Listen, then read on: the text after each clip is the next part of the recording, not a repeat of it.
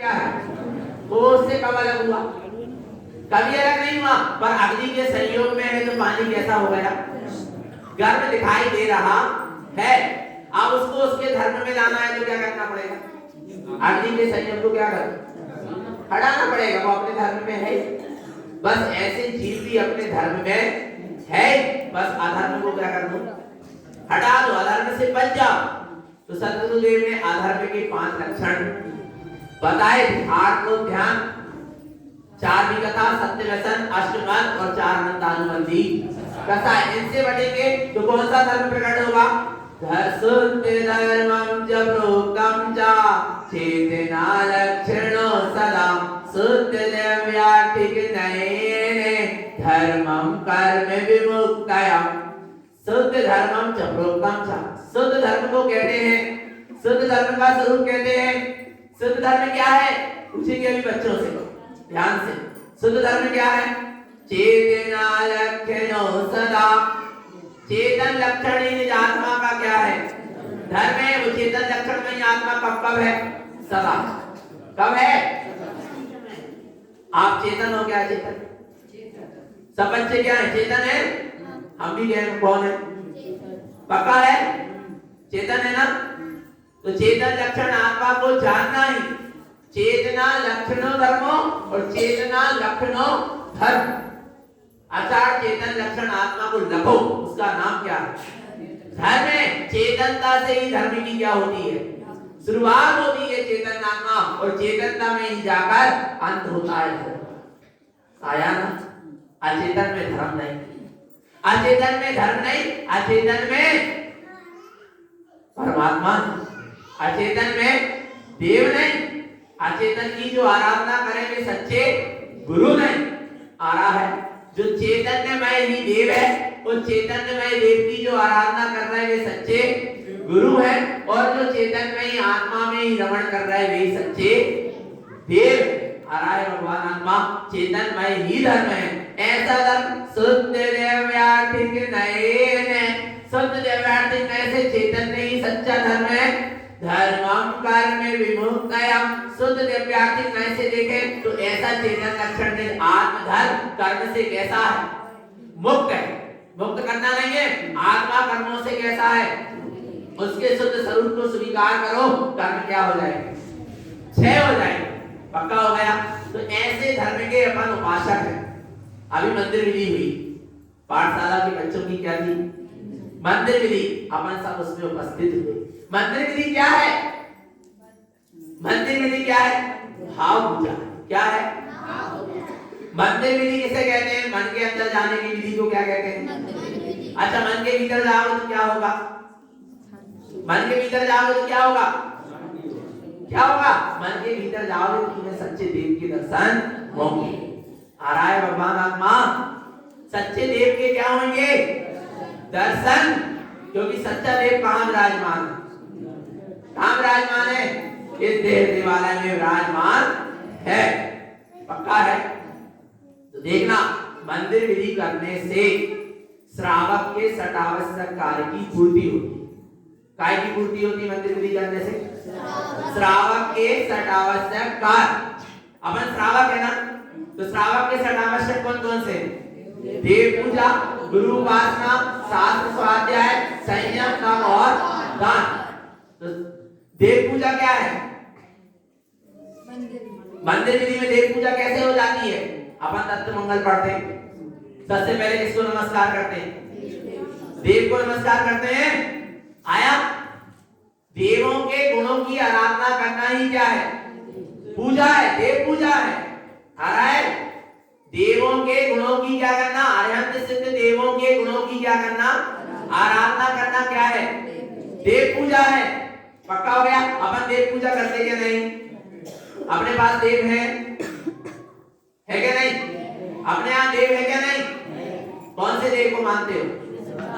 अरहंत और व्यवहार में अरहंत और सिद्ध, सिद्धार्थ में सिद्ध और अरहंत कहाँ है? विदेह क्षेत्र में 20 तीर्थंकर विराजमान सदा सर्वदा। अब वे तो यहाँ है नहीं, पंचम काल में ना अरहंत नहीं दिख रहे, तो फिर सच्चा देव कौन है? निश्चय से निज शुद्धात्मा। व्यवहार से सच्चे देव कौन? अरिहंत और सिद्ध। और निश्चय से सच्चा देव कौन है? निःशुद्ध आत्मा। अब ऐसे देव की पंडितों गुण पूजते। किसकी पूजा करता है ज्ञानी पंडित? गुणों की। पक्का ध्यान रखना। तो अपन 24 तीर्थंकर का नाम लेते हैं। मंदिर विधि में 24 तीर्थंकर का वर्णन है, 24 ही पढ़ते हैं। विदेश क्षेत्र के 20 तीर्थंकर का स्मरण करते हैं। क्या हो गई? देव पूजा हुई कि नहीं?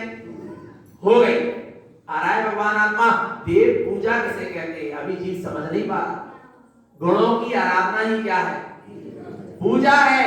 पूजा पूज्य समान करे। पूज्य के समान आचरण करना ही सच्ची क्या है?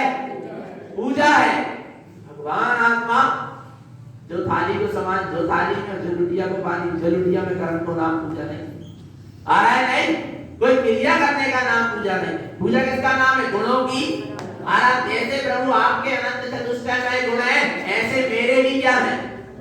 गुण है। आपने प्रकट कर ली और मुझे क्या करना? प्रकट करना। आ रहा है?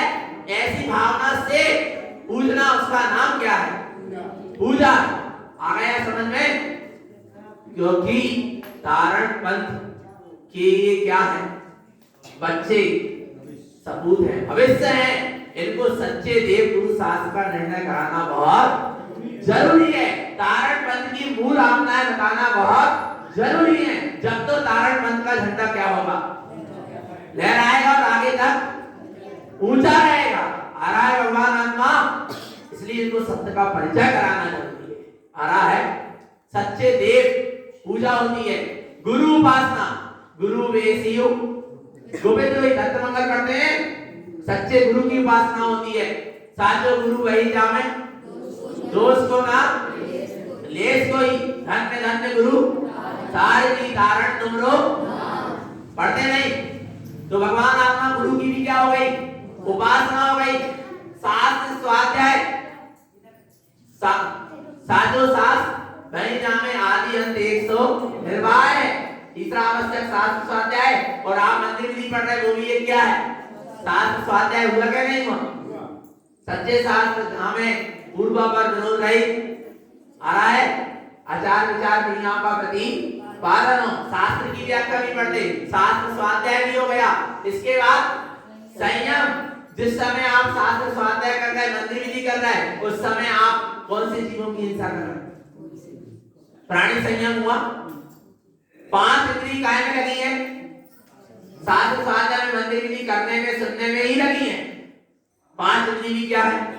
बस में 5 इंद्रिय का भी सुभाचरण रूप आचरण चल रहा है। इसलिए क्या हो गया? मन भी क्या है? मंदिर विधि में लगा। 5 इंद्रिय और मन भी क्या है? बस में क्या हो गया? संयम हो गया। और जब भी चैत्यालय आते हो तो चैत्यालय की देहरी में जैसे ही कदम रखते हैं, क्या कह देते हैं? निश्चयी निश्चयी निश्चयी, माने संसारिक कार्यों का निषेध, पाप आरंभ के कार्यों का निषेध। तो अब संयम पूर्वक हो गया नहीं चैत्यालय? जितनी देर बैठे सब पाप कार्यों का निषेध करके बैठे। आ रहा है? संयम भी हो गया। इसके बाद तब स्वाध्याय परम तप। और मंदिर विधि चल रही तो स्वाध्याय चल रहा है। परम तप हुआ क्या नहीं? स्वाध्याय। फिर विनय कर रहे देव गुरु शास्त्री, करते क्या नहीं करते? विनय करते हैं। तो विनय भी एक क्या है? तप है।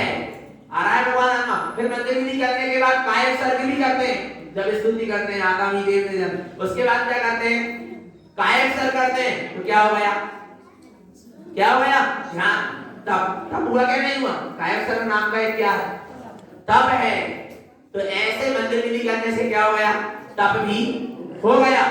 और इसके बाद क्या है? दान। इसके बाद क्या है? दान। मंदिर विधि करने के बाद क्या होती? प्रभावना होती है।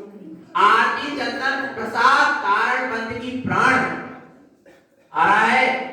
मंदिर विधि, आरती चंदन और प्रसाद, मंदिर विधि ये तारण पंथ की सच्ची भाव पूजा है। और एक किसी तारण स्वामी के द्वारा बनाई गई है। ये धर्मोपदेश अतुल्य है, अनिर्वचनीय है। और केवली पुरुष कहने सामर्थ। किसने कहा है इसको? केवली पुरुष की ही वाणी है। लिपिबद्ध सीधे जाता। आ रहा? अलग से कुछ नहीं है। मंदिर विधि। इसके बाद आरती। आरती किसकी करते हो? गले में समकित की माला, हृदय में सारे निज आत्म अनुभव का सारे जे कुंवर सुलर भव। ऐसी आत्मानुभूति सहित ज्ञान की ज्योति को प्रज्वलित करने की भावना से क्या होती है? आरती होती है। पंडित अभी समझ नहीं पा रहे, पंखा चला रहे हैं, नाना प्रकार के खेतों में नाना प्रकार की दवाइयां छिड़वा रहे हैं, पर आरती करने में पाप लग रहा है। क्यों? अभी समझ ही नहीं पा रहे। परिणामों से बंध होता है और परिणामों से आ रहा है मुक्ति होती है। भगवान आत्मा परिणाम काय का है? हिंसा का परिणाम नहीं है। और अभी श्रावक की भूमिका में, काय की भूमिका में है? फिर पूरे धर्म के काम में जो कम से कम हिंसा मत करो, तो फिर मंदिर काय बना रहा है? मंदिर बनाने में भी तो क्या है? हिंसा। मंदिर में आकर लाइट चालू करने में भी तो क्या है? हिंसा। पंखा चलाने में भी तो क्या है? अरे आप जिस भूमिका में बैठे हो उस भूमिका के अनुसार कार्य करो। आ रहा है नहीं? भगवान आत्मा आरती इसलिए प्रज्वलित करते हैं कि भीतर में ज्ञान की ज्योति क्या हो जाए। ऐसी भावना से आरती की जाती, और आरती में भी अध्यात्म छुपा है। गले में संकीर्ति, हृदय में भेद ज्ञान। आ रहा है भगवान आत्मा यहाँ हर एक एक क्रिया में अध्यात्म छुपा है, पर जीव समझ नहीं पा रहा। आ रहा है भगवान। फिर कच्छु मत करो, हाथ में हाथ रख के बैठ जाओ, पहुंच तो जाओ इस भूमिका में, फिर आरती मत करना। इस भूमिका में 10वीं प्रतिमा ले लो, अनुमति त्याग करना, फिर आरती मत करना। आरती 8वीं प्रतिमा में, 8वीं प्रतिमा 7वीं प्रतिमा तक आरती बनाकर कर सकता है जी। आ रहा है भगवान। फिर क्यों आता आगम में कि 10वीं प्रतिमा वाला आरती ना करे, यानी पहली प्रतिमा वाले आरती कर सकते हैं। जब तो आया कि 10वीं प्रतिमा वाला आरती ना करे। आ रहा है भगवान आत्मा। आरती करो, 10वीं प्रतिमा वाला आरती नहीं कर सकता, 7वीं प्रतिमा वाले आरती बनाकर आरती कर सकते हैं, पर 8वीं प्रतिमा वाला आरती बनाकर प्रज्वलित करके आरती नहीं कर सकता। उसको कोई हाथ में आरती दे दे तो वो कर लेगा, क्योंकि आरंभ त्याग क्या है? प्रतिमा। भगवान आत्मा पर जीव समझ नहीं है। आरती चंदन शीतलता का प्रतीक, शांति का प्रतीक है। आ रहा है। और यहाँ हिंदुस्तान में आप लगाते हैं सिद्ध दशा का प्रतीक, वो बिंदी वाला जो चंदन है वो सिद्ध दशा का प्रतीक है, वो घोर का चंदन लगाते हैं। आ रहा है। 4 उंगली से लगाते हैं तो 5 उंगली उछलती, पंच परमेश्वरी का प्रतीक है, पंचम केवल ज्ञान का प्रतीक है। और फिर 2 उंगली ऐसी ले जाते हैं तो 3 उंगली उछलती, रत्नात्रय का प्रतीक है। और वो एक ऐसी बिंदी लगती है, वो सिद्ध दशा का क्या है? हर दशा, हर क्रिया में क्या छुपा है? कारण मंत्र में अध्यात्म, पर ये जीव समझ नहीं पाता। और आगे प्रसाद। प्रसाद क्या है? कोई प्रसाद है जो आदिनाथ ने, आनंदवीर स्वामी का प्रसाद किसको मिला? आदिनाथ स्वामी को मिला। और आदिनाथ का प्रसाद महावीर स्वामी को मिला, महावीर स्वामी का प्रसाद राजा श्रेष्ठ को मिला। ये कोई प्रसाद है। आ रहा है भगवान आत्मा। यहाँ प्रसाद चढ़ाया नहीं जाता, यहाँ प्रसाद चढ़ाने वाली कोई व्यवस्था, यहाँ प्रसाद कई लोग ऐसे हैं जिनको संशय है कि ये लोग प्रसाद चढ़ाकर फिर निर्माल को क्या कर लेते? खा लेते। पर यहाँ चढ़ाने के लिए नहीं लाया जाता, यहाँ तो काय के उद्देश्य से लाया जाता है? प्रभावना के उद्देश्य से। भैया इतने जीवों ने धर्म की साधना करी, आराधना करी, 1 घंटा बैठे, 2 घंटा बैठे, इतनी इतनी अच्छी तत्व चर्चा सुनी, मंदिर विधि सुनी, इनको हम भोजन नहीं करा सक रहे, तो इनके लिए कम से कम हम क्या कर रहे हैं? प्रसाद बांटकर इनकी हम क्या कर रहे हैं? अनुमोदना कर रहे हैं। पर जीव नहीं समझ रहे। आ रहा है भगवान आत्मा। प्रसाद काय का प्रतीक है? प्रभावना का प्रतीक है। जब प्रसाद आरती करते हैं तो उसमें दान डालते, प्रसाद बांटते हैं तो उसमें भी दान हुआ, इसलिए दान भी हो गया। हो गए ना? श्रावक के 6 आवश्यक पूरे हुए कि नहीं हुए? आ रहा है भगवान आत्मा। मंदिर विधि, आरती, चंदन और प्रसाद। पहले गुरु महाराज के समय में जब गुरु महाराज 4-4 दिन तक ध्यान में डूबे रहते थे, जीव जाते थे, कहते थे कुछ प्रसाद तो दो, कुछ उपदेश रूपी प्रसाद तो दो। तब तारण स्वामी तो भैया आत्मा में लीन रहते थे। अबे घर गृहस्थी वाले जीव अब 4-4 दिन तक कब तक इंतजार करें? फिर वापस अपने गांव चले जाते थे। अब उन्होंने कहा ये गांव वालों को जाकर क्या बताएंगे कि गुरु महाराज ने क्या प्रसाद है? तो उन्होंने कहा चलो ये ठेला ले चलो, ये बांट देंगे, वो बता देंगे गुरु महाराज ने हमको ये प्रसाद दिया। ये श्रद्धा और आस्था का क्या है? प्रतीक है। आ गए भगवान आत्मा। प्रसाद की महिमा समझ में आ गई।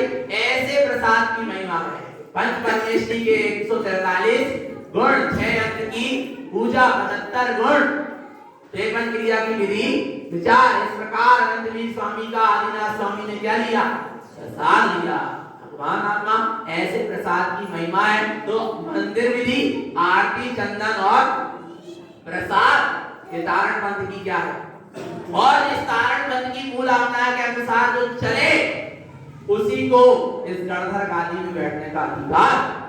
जो आरती चंदन प्रसाद करे वही सच्चा क्या है? तारण पंथी है। भगवान आत्मा आ रहा है, उसी को गणधर गादी देना, इसके सिवा किसी को गणधर गादी मत दे। जिनको तारण स्वामी की जो जय नहीं बोल सक रहा है, जिनको जय तारण तारण कहने में संशय है, जिनको तारण स्वामी सरवार सिद्धि कह के नहीं, अरे सरवार सिद्धि तो छोड़ो, तारण स्वामी आचार्य थे क्या नहीं, यही संशय है, उनको तारण पंथ की गणधर गादी में बैठने का कोई अधिकार नहीं है। समझ लेना, द्वेष नहीं है उन जीवों से। वे जीव भी भगवान आत्मा है, वे जीव भी मोक्ष के मार्ग में चले, उनके प्रति भी ऐसी भावना भाव, पर सत्य और आस्था और समर्पणता की बात है।